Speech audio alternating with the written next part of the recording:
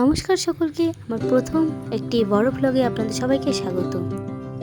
বাবা ডাকলো পুকুর পাড়ে, কাজ আছে, জলের বোতল নিয়ে যাচ্ছি। দেখি বাবার কাছে কি কাজের কথা বলে।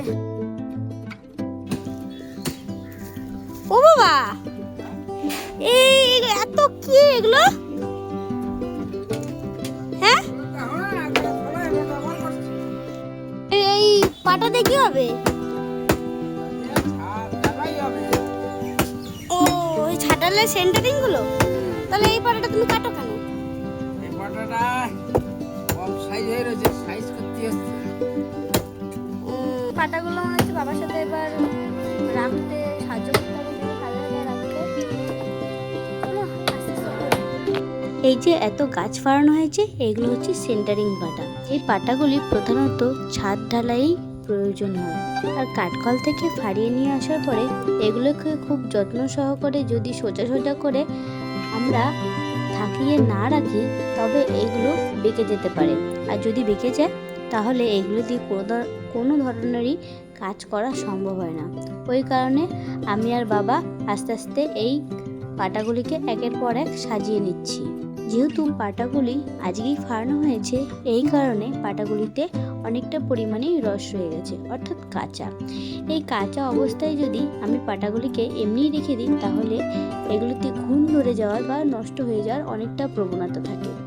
এই কারণে আমরা প্রত্যেকটি লেয়ার পাটা রাখার পরে এগুলিকে উপরে একটি করে শুকনো পাটা রেখে দিচ্ছি আড়াআড়িভাবে, যাতে এই পাটার লেয়ারগুলির মাঝখান থেকে হাওয়া যাতায়াত করতে পারে। এগুলি আস্তে আস্তে শুকিয়েও যাবে এবং এখানে পোকা ধরার কোনো পরিস্থিতি তৈরি হবে না। কিছু কিছু পাটা অসমান হওয়ার কারণে তার সাইডগুলি আমরা কেটে সমান করে নিচ্ছি। যেহেতু পাটাগুলি খুবই কাঁচা, এই কারণে আমি নিজেই কাটতে পারছি। যদি এগুলো শক্ত হতো তাহলে আমার দ্বারা এগুলো হতো না। যেগুলো শক্ত ছিল সেগুলো বাবাই কেটেছে, আর যেগুলো কাছাকাছি ছিল টুকটুক করে আমি কেটে নিলাম। পাটা সাজাতে সাজাতে এই গরমের মধ্যে বড্ড কষ্ট হয়ে যাওয়ায় আমি পাটার মাচার উপরে একটু বসে জিরিয়ে নিচ্ছি। লাঞ্চ ব্রেক দোস্ত, খাইতে যাবো। ছোট্ট করে লাঞ্চ ব্রেক, খাইলে আবার যাইতে পারবো। অনেকগুলো কাজ বাহার আছে, আমি কাটতে ভাত খাওয়া কমপ্লিট আর আমার রেস্ট নেওয়া কমপ্লিট। এবার যাই করে কতটা কি করলো। মাও গেছে ওই জায়গায় কাঠগুলো সাজাইতে, আর আমিও যাই।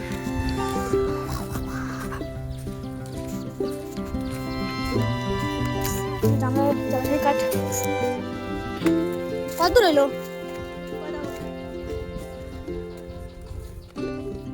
ছোট ছোট কাঠগুলো এবার বিক্রি হবে। আর এই ছোটো ছোটো কাঠগুলো হলো বিক্রি করার জন্য। এই কারণে মা ওখান থেকে বাছাই করে করে রাখছে, আর আমি তুলে তুলে বাবার কাছে দিচ্ছি। সেখান থেকে বাবা ভিজে কাঠ এবং শুকনো কাঠগুলো আলাদা করে করে তাকিয়ে তাকিয়ে রাখছে। যেহেতু এখন গ্যাসের খুব সমস্যা, তাই কাঠটা একটু ভালো বিক্রি হচ্ছে।